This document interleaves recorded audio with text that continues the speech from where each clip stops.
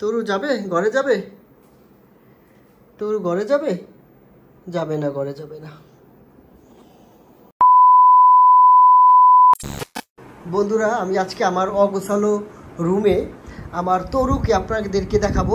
এই যে দেখুন, এটা আমার তরু। মানে আমি আসলে এই রুমে বসে বসে মোবাইলে ভিডিও তৈরি করছিলাম, শর্টস তৈরি করছিলাম। তো আমি অনেকক্ষণ যাবৎ এসে এই রুমে বসেছিলাম। তো আমি শব্দ পাচ্ছি যে আমার তরু মানে খুব রাগান্বিত হয়ে গেছে, কারণ আমি অফিস থেকে আসার পরে মাগরিবের পর থেকে আমি এই রুমে বসেছিলাম। তো সে খুবই বিরক্ত হয়ে একটু আগে ডানা ঝাপটানো শুরু করছে। এই যে এটা হলো এই তরুর থাকার ঘর, এই যে তরুর থাকার ঘর এটা। তো আসলে সে এমন লাফালাফি ঝাপাঝাপি শুরু করছে, তারপর আমি বাধ্য হয়ে ওই রুম থেকে চলে আসলাম। তরুকে একটু আদর করলাম। তরুকে আমি হাতে নিচ্ছি, আসো তরু, আসো আমার হাতে আসো।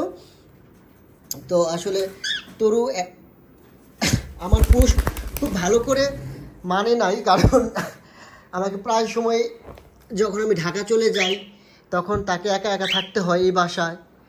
আগে খুব কামড় দিত, তো ইদানিং কামড় দেয় না। তো তরু আসলে এই ঘর একদম অগোছালো করে রাখে। দেখুন আমার তরু এই যে হাতে বসে খেলা করছে। কিছুদিন আগে এই আমার হাত তরু একদম কামড়ে দিয়েছিল নতুন নতুন থাকতে। এখন সে অনেক লক্ষ্মী হয়েছে। এই যে মানে ও খুবই বিরক্ত হয়ে যায় আমি যখন এই রুমে থাকি। আমি অফিস থেকে আসার পরে যদি ওর সাথে যদি কথা না বলি বা ওকে সময় না দিই, সে খুব বিরক্ত হয়। এই যে দেখুন, আমি হাতে রাখলাম তরুকে। তরু, সবাইকে হাই বলে দাও।